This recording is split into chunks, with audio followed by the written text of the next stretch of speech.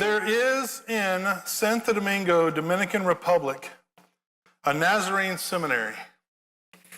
On that seminary campus is a thing called the Center of Missionary Formation. The Center of Missionary Formation is an incredible place. It's a two-story facility in a part of town where you don't see a whole lot of two-story facilities. It's on the seminary campus, but the term seminary is a little bit of a misnomer because it doesn't really feel like a seminary, and in fact, there aren't really classes going on that would qualify it as a seminary. It's serving more right now as a campground where people come, they take retreat, they have meetings, they have spaces. But right there on the seminary campus is the Center for Missionary Formation, incredible two-story facility, incredible place where some exciting things are taking place. Here's what's happening on the campus right there. People all throughout the Mesoamerica region are receiving calls on their lives to missions, to pastoral ministry, and to church planting. Now let's pause right there for a second so you can ask the question, Dwayne, what is the Mesoamerica region? Again, thanks for asking. Here's the Mesoamerica region right here. The Mesoamerica region is represented by the entire country of Mexico, very large space, all of Central America, the islands, and then just a couple of countries in South America. That's what we in the Church of the Nazarene call the Mesoamerica region. And so right there, on behalf of the Mesoamerica region, is the Center of Missionary Formation, a beautiful structure right there on the campus. When people who have a call to ministry on their lives from the Mesoamerica region want to go into missions, or they want to go pastor a church, or they want to go plant a church, they make their way from whatever country they are currently living in to Santo Domingo, and they enter into a training process right there at the Center of Missionary Formation on the seminary campus. Now, one of the biggest problems they have and one of the biggest issues they face is acquiring visas for these people. You understand that these people, they're receiving a call of God on their lives from one of these other countries, but they got to get to Santo Domingo in order to serve the Church of the Nazarene as a church planter, as a missionary, or as a pastor. And so a lot of prayer, a lot of time, a lot of effort goes into helping these people secure whatever they need from the government in order to come and receive the training they need to fulfill God's call in their lives. So here's what this looks like. Right there on the campus, they make their way to the campus, and they enter into a 3-month process of training so that they can go and do whatever it is God's calling them to do. Now, this looks like a few different things. It could be that after this 3 months of training, they are sent out simply to go and help strengthen some church presence or some local church somewhere else on this region, or perhaps even somewhere else in the world. It could be that in some capacity they receive their 3 months of training, but then they go and they serve in some general way as a missionary for the Church of the Nazarene, either on this region or somewhere else around the world. And then there's a third option. It could be that they come to Santo Domingo, they receive the training through these 3 months, and very intense training, and then they go out to plant a church through what is called the Genesis Project. Everybody look at your neighbor right now and say Genesis Project. One more time. Genesis Project. Okay, what is the Genesis Project? Here's the Genesis Project.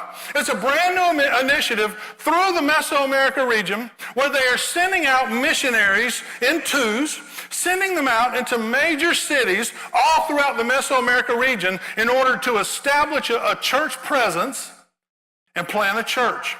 You see, there's a truth that they work from in their training that a church present does not imply a church presence. Subtle distinction there. And they don't want to confuse the two.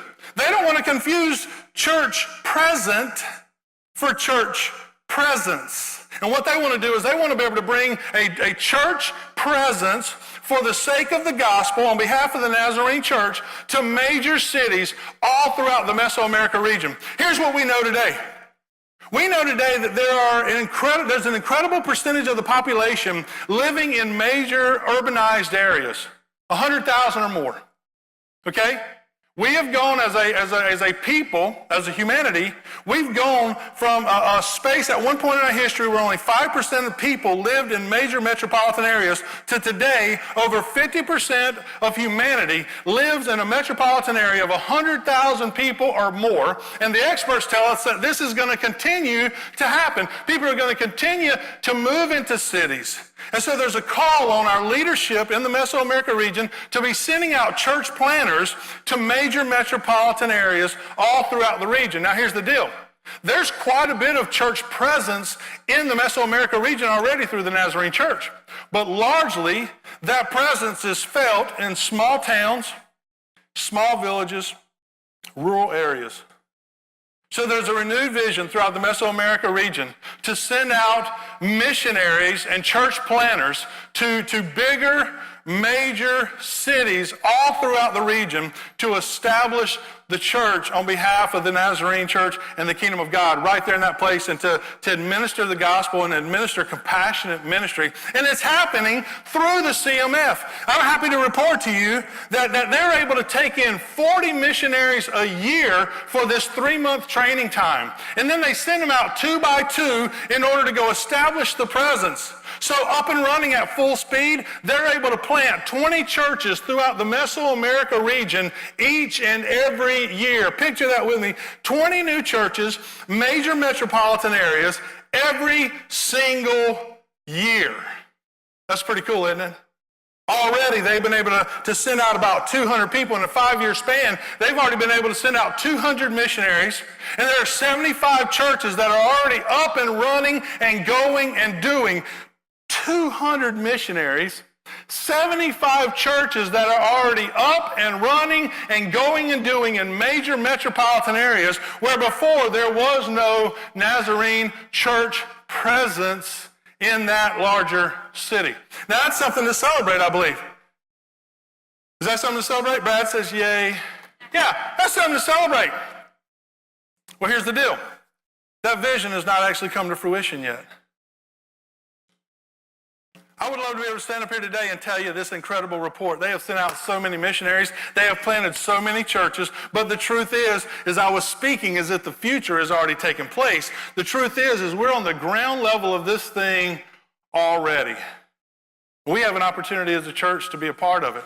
Right now, on the Mesoamerica region, there are missionaries who are being called to the mission field, and they are coming to Santo Domingo, but they're not going to the facility on the seminary campus. They're going to the home of Scott and Emily Armstrong. Scott and Emily Armstrong are in charge of the Center for Missionary Formation, and they are in charge of the Genesis Project. Scott and Emily live in a house owned by the Nazarene Church right there in Santo Domingo. And they're literally bringing missionaries into their home, but right now they can only do about 6 at a time. They're bringing in 6 missionaries at a time into their home, into a back room with no air conditioning. These missionaries are going through very intense training in order to be able to do what God is calling them to do, and they're sending them out. Already, that is happening. That's happening right now. There are churches right now that are meeting and gathering for worship right this moment as we are meeting and gathering for worship because they went through the training with the Armstrongs right there in the back of their home, and then they were deployed to some other country throughout the Mesoamerica region, and they've planted a church, and they're bringing the presence of the gospel in that major city. So there are a couple of things going on. On the Mesoamerica region, they are establishing the Center for Missionary Formation as a place of training and education and growth. And then they're sending people out. Now, I said to you earlier, they're sending people out for a few different reasons. Maybe number 1, to strengthen the existing church. Maybe number 2, to be traditional missionaries somewhere out in the Mesoamerica region. Or number 3, to maybe plant a church in a brand new city through the Genesis Project. Say that to your neighbor, Genesis Project. There's a lot less excitement that time than there was the first time. Through the Genesis Project. The Genesis Project is a brand new initiative, not the same thing as the Center for Missionary Formation. But people come to the Center of Missionary Formation to be trained and equipped to be able to go out then and plant a church through the Genesis Project in a major metropolitan area. Now, I've said this already. We know that cities are not getting smaller. Cities are getting larger. We know that there are not enough churches in major metropolitan areas to reach into the hearts and lives of people at the same rate that the cities are growing. And so God has placed deep in the heart of our leadership on this region, we got to get the gospel into the cities. We got to get compassionate ministry into the cities. We got to get our people into the cities where people are living and vying for time and attention and space. Here's what we know about cities. We know that cities offer great opportunities for people. They offer economic stability. They offer, on some level, safety. We've kind of moved out of this era, back in the late 80s, you don't dare to go to Miami. You don't dare to go to New York. Those kind of images about the cities as these crime-infested places has changed somewhat. And cities offer this element of stability and safety. These cities offer opportunities for economic growth. They offer a multicultural reality as folks are coming in from other areas. Cities are also influencing one another. It's been said that today, New York and Los Angeles are looking to each other to influence one another, and it could be that Tokyo is also looking at New York and Los Angeles in order to be influenced about what life and technology and society and all that kind of stuff, how that's shaking out. So cities have a major influence in the world around us, and it's been placed deep in the heart of God and our leadership in Mesoamerica to send the church presence into major cities where we've had no presence in the past. So God's placed on the heart of the Armstrongs the establishment of the Center of Missionary Formation right there on the campus of the seminary in Santo Domingo. James, if you bring up that picture of the green space, they've already identified the space where it's going to be. There's a green space right there on the campus where this structure will be. There's some hiccups that they have to get through in order to get this thing up and running. But the truth is they're planning on breaking ground January of this coming year, 2019, to get this place going so that in the days ahead, hopefully in about a year and a half from now, they truly are equipped to receive 40 people at a time in order to give them the education and the training and the growth they need to be able to then send them out. So you say, Dwayne, what does that process look like? Here's what it looks like. 3 months out of the year, people who have a call to missions will come to the Center of Missionary Formation and receive the training they need to be able to go out and plant a church or be a missionary. And then they'll go out and they'll do that. They'll do that for a 2-year term. After that 2 years, they'll come back to the Center of Missionary Formation, and for another 3 months, they'll be able to kind of digest and reflect on what they've experienced so that they can continue to grow and learn and also feed back in to the program.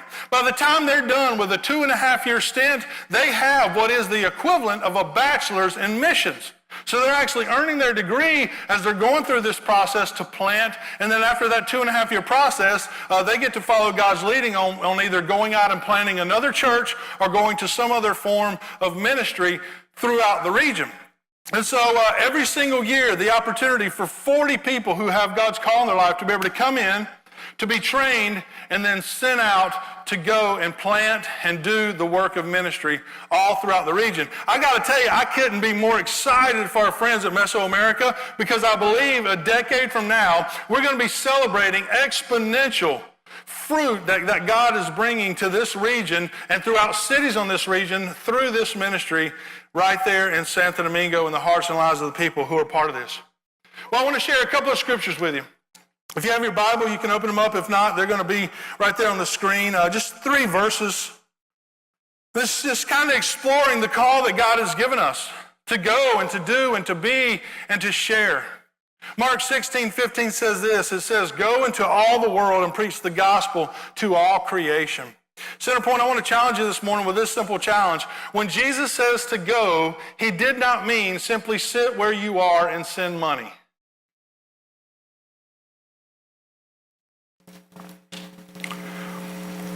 When Jesus said go, he did not mean simply sit where you are and send money. You see, the truth is, and I'm very convicted of this, we, the church in North America, have become very comfortable with simply sitting and empowering other people out of our abundance Meaning, if you have a call to go, then you go. We'll give you a little bit of money in order to make that happen, but we'll just kind of stay here. When Jesus said, go into all the world and preach the gospel, he was speaking to each and every one of his followers. Whether you were in first century or you were in 2018, Jesus has said to you, Centerpoint, go and preach the gospel to all creation. Are you with me? Say, uh-huh. Luke 10:2. Luke 10:2, he told the 72 as he was sending them out, he told them, the harvest is plentiful, but the workers are few. Ask the Lord of the harvest, therefore, to send out workers into his harvest field. If you were a part of our 75th celebration, you will remember that the beautiful painting in the back of our worship center was done by Carrie Brooks to represent this verse for us in a visual way. Luke 10:2. Ask the Lord of the harvest to send out workers into his harvest field. Friends, as a reminder to us, who are the workers? We are the workers. Well, the harvest field is what? It's not a field of wheat. It's a mass sea of people represented by the population of the world around us, and we're being called to go out into his harvest field and be the workers in his harvest field. Go into all the world and preach the good news of the gospel. Who? Us. What does this look like? It looks like a worker going out into a harvest field because the harvest is ripe and we're called to go and to do and to be and to proclaim that good news, and we can't do that from a place of comfort. We can't do that from a place of safety. We can't do that from a place of simply immobilizing others with our treasures. We are called to go and to do and to be. And so then when we skip up to Acts 1:8, he's got this subtle message that he gives to his disciples because he's about to leave the picture and they're trying to figure out what's next. What does this life of ministry and mission look like? And he says, here's what it looks like, Acts 1:8. He says, you will receive power when the Holy Spirit comes upon you. And when you receive the power of the Holy Spirit, you then go, you'll be my witnesses in Jerusalem and in Judea and Samaria and to the ends of the earth. Can I tell you, church, I feel like the Lord is helping us be Jesus to our Jerusalem. You say, Dwayne, what's our Jerusalem? Our Jerusalem is East Orlando. I think the Lord is helping us in some new ways be Jesus to our Jerusalem, our East Orlando. What does that look like? It looks like what's going to happen in this room on Friday night when we have Parents' Night Out. We get to be Jesus to our community right here in this room. I think we're fulfilling part of the call of Acts 1:8 when we reach out through Gift of Hope to try to bless the under-resourced. When we reach into the lives of people that are hurting, whatever that looks like, outside of the scope of giving money, but entering into life and relationship with people, I think we're making Acts 1:8 come alive. And then he goes on, not only be my witnesses in Jerusalem, but in Judea and Samaria. And we often talk about this idea that we move a little bit farther from home, and particularly with the Samaritans, we try to be Jesus to those people who have already shut us out, that don't want anything to do with us, people with whom we would have problems with, people with whom culturally we may not fit with. God is sending us out into the lives of those people as well. I can tell you right now, we have African American pastors in our city calling out to the white church, please help us reach the African American community. Just a few miles from here. Our city, East Orlando, no, but our city, our time, the wall that we've been called to sit on. Well, he goes on, you'll be my witnesses in Jerusalem and Judea and Samaria, and then you'll be my witnesses to the ends of the earth.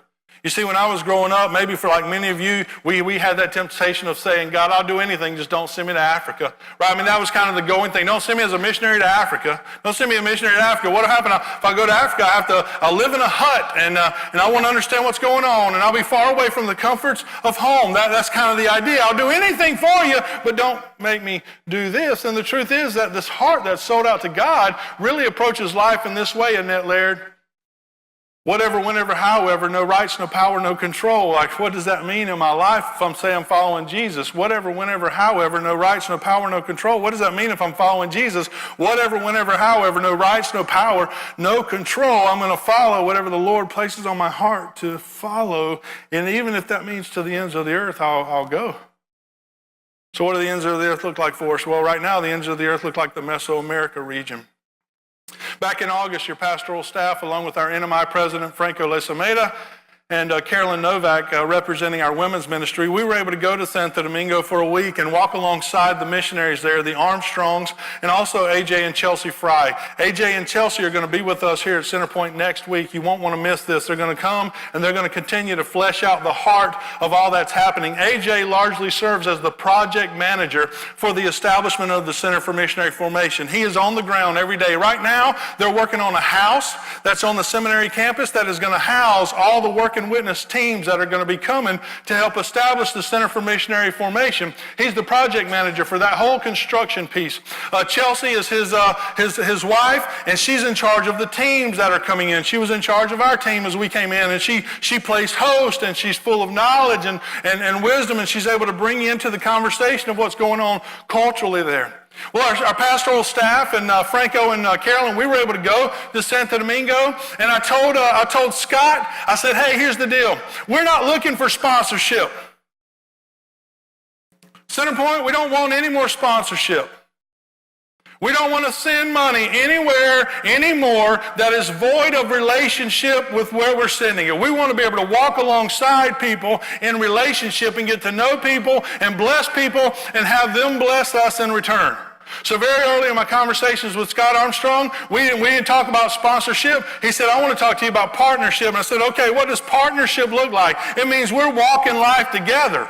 You're not only giving to us, we're giving to you. You're not only training us, we're training you. And I said, I want to see what that looks like on the ground. Our pastoral staff, we're going to come up, thanks to the vision of our church board, to send us on a trip like this.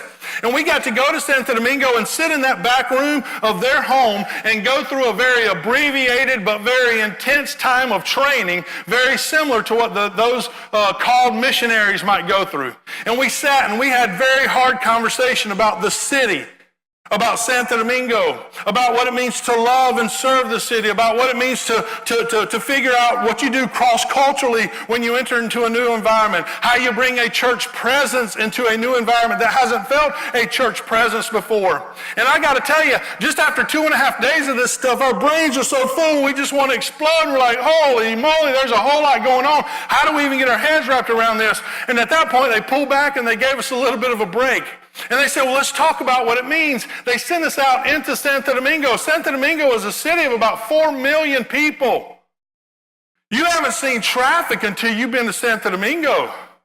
There is no space between the bumpers, and there's a motorcycle zooming by about every 2 seconds. The highest rate of death in the Dominican Republic are car accidents. It's so crazy. I-4 has nothing on it. They sent us into Santo Domingo and they said, hey, just go observe. What do you see? What do you hear? What do you smell? Who are the people? Who do you interact with? And we went out and we did a community assessment, and I'm asking the question, what does a community assessment look like for us in Orlando? How do we establish what our base is here in Orlando? How to love and serve right here so close to Orlando? And we had other opportunities to engage culturally. One of the greatest opportunities we had was to visit a local Nazarene church right there in Santo Domingo. James, if you just kind of walk through some of these with me, that's the church right there. A pretty impressive structure, is it not? Now look at it very carefully. You see the kind of orange structure right in front of you, in front of the vehicle, but the white part to the left is also part of the church building. Now, in the orange part, right through those doors, that's the worship center. You could probably fit 3 of their worship centers just on our stage alone. It's pretty cool. They gather for worship every Sunday, just like we do. They are in that room right now, worshiping the Lord this morning. Back up with me, James. Okay, right there. So you see the worship center, but see, there's something about this idea of living a life of worship outside of just the Sunday morning setting. If you look off to the white part of the building, you will see what looks like a window there with a metal frame that has come down. This church, under its leadership, has established a fresh water ministry. If you live in this community, you don't have access to clean water, but you can get a 5-gallon jug of water for 75 cents at the local water place. This church is able to provide it to their community for $0.25. So we stood there literally in amazement, watching people walk up with their 5-gallon buckets in order to get fresh water right there right there beside the worship center door. I mean, you want to put on flesh to this idea of give water to the thirsty. This church right here is doing it. This church has 18 different urban ministries that they're doing throughout this city in order to bless people. A bakery, a new mom's ministry. Go on and flip through those. You can flip them fairly quickly, James. This is the pastor, her and her husband. Her husband is actually the DS of this particular Nazarene district. These are kids who literally live about 10 feet away from the front door of that church there. Kids who are literally coming up after school just to get some fresh water to drink, and the pastor is there to greet them. This is a gentleman in the back of their worship center. It's actually their clean water facility, state-of-the-art water filtration. Those are jugs of clean water that they're able to process and send to the front of the building in order to fill up the needs as people come up looking for clean water.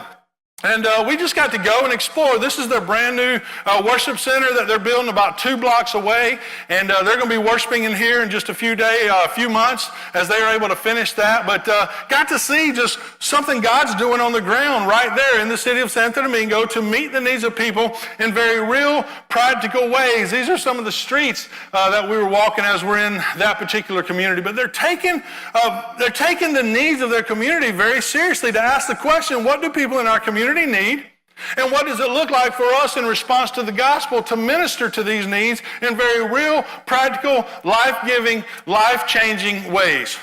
Now, the Armstrongs took us to the Heavenly Visions Church of the Nazarene. I can't say it in Spanish. They took us to the Heavenly Visions Church of the Nazarene because they wanted us to see just one example of what this looks like for them. And they wanted us to see what they are attempting to do all throughout the Mesoamerica region and other major metropolitan areas as the church might be able to go out and provide fresh water and provide widow care and provide divorce care and provide infant care to people in need all throughout that region. And then they are able to turn the coin back on us and say, you know what? You have a call to do this in Orlando, and how can we help you do this in Orlando? See, that's the language of partnership. It's not the language of sponsorship. And so coming out of this time, we were able to pray. We were able to be in conversation with them. And I felt the Lord impress upon me in a very major way that I believe the Lord would have us sprint alongside the Mesoamerica region for the next year and a half to do whatever we can to help them get this Center for Missionary Formation established. And here's what I believe it looks like. I believe we sprint alongside them for the next year and a half. Are we the only people sprinting? No, we're not. There's a lot of other churches throughout this country and other countries who are going to have to run alongside them. The building, the furniture, the land, everything's going to cost them about $1.2 million. They know it's a God-sized vision. They know they're having to trust Him for this and that He's going to see it happen. And so here's what I believe God's calling us to do. I believe He's calling us to sprint alongside them for the next year and a half to help us, let us help them get this Center of Missionary Formation established. And Centerpoint, at that point, I believe whatever future God wants to bring about, I was throwing to you earlier made up numbers, right? Numbers I just came up with my own head. 5 years from now, 10 years from now, what does it look like?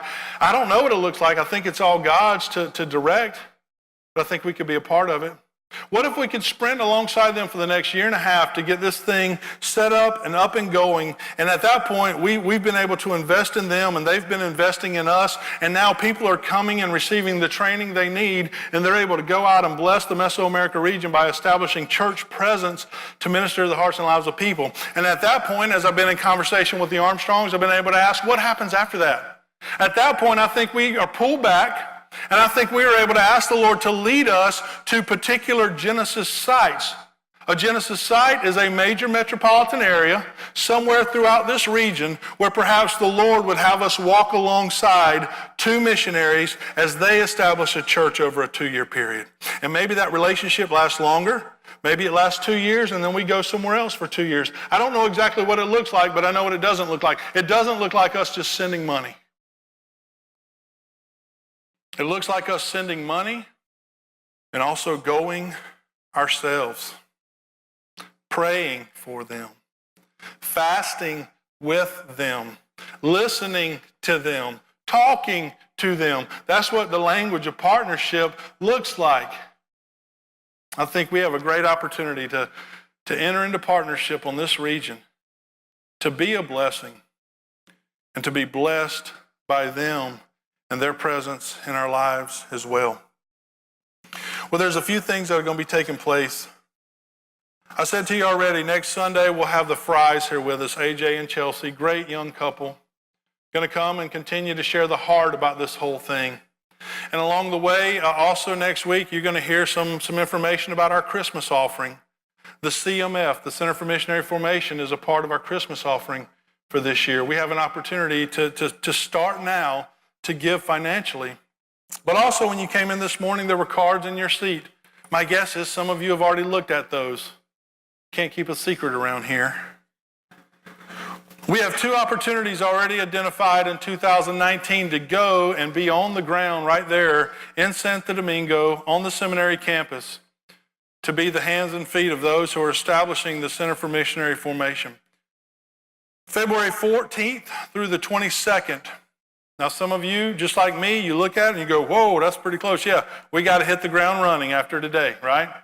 But I believe God's calling 20 of us from this church to go February 14th through the 22nd and to commit to being a blessing to those folks as they're doing this thing. Whatever, whenever, however, no rights, no power, no control. Let's go and love and serve and pour into them and let them pour into us. We've put a cost of $1,200 down. That's because of the fluctuating rates of the airlines. My hope is that we can come in closer to $900, but I don't want to advertise $900 and then get dirty emails later, right? So I'm advertising $1,200. I think it's going to cost us about $1,200 to go. If you'd like to be a part of February, again, we got to hit the ground running. And this is not a 20-person effort. This is an all-church effort to help us immobilize 20 folks to get them down there in February. The next date is August 29th through September 6th. Again, want to get a team of 20 to go down, to commit, and the whole church come alongside them and bless them. Now, I don't know exactly what this looks like for us. Again, long term, I think long term, we're talking about Genesis projects. We're talking about Genesis cities. We're talking about coming alongside missionaries to establish outreach and relationship in other particular cities. But I believe for now, the time is to come alongside them to help establish this thing so they are equipped and they're able to mobilize the people God is sending to them so that they can get out into the region and begin to minister. Are you with me? Say, uh-huh. I had a few different images that I wanted to work with this week.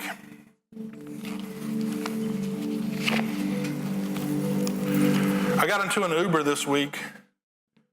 First time I've ever been in an Uber by myself. I've always been with somebody. They did everything for them.